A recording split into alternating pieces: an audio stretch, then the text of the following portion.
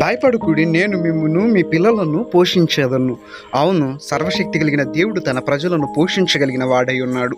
ఆనాడు ఇశ్రాయేలు జనాంగం 40 సంవత్సరములు అరణ్యములో ఉన్నప్పుడు తన ప్రజలను పోషించిన దేవుడు ఆకాశము నుండి మన్నాను కురిపించి పురేండ్ల మాంసమును అనుగ్రహించి తన ప్రజలను అవసరతలు అక్కరలన్నీ తీర్చిన దేవుడు ఇదిగో నీ జీవితంలో ఎటువంటి పరిస్థితుల్లో నీ ఉన్నా గాని తల్లి పిల్లలను ఏ విధముగా సంరక్షించి కాపాడి వారిని పోషించును ఆ విధముగా సర్వశక్తి కలిగిన దేవుడు ఈ రోజు నుండి నీ జీవితంలో ఒక తల్లిగా నీ జీవితంలో నిలిచి ఉండి నిన్ను సంరక్షిస్తూ నీ జీవితంలో అవసరమైన వాటన్నింటినీ అనుగ్రహించి మిమ్మల్ని పోషించి ఆయన సాక్షార్థమై మిమ్మల్ని నిలుపుకొనును గాక.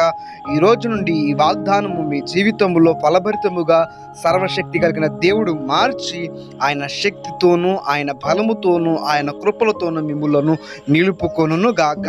ఆమేన్.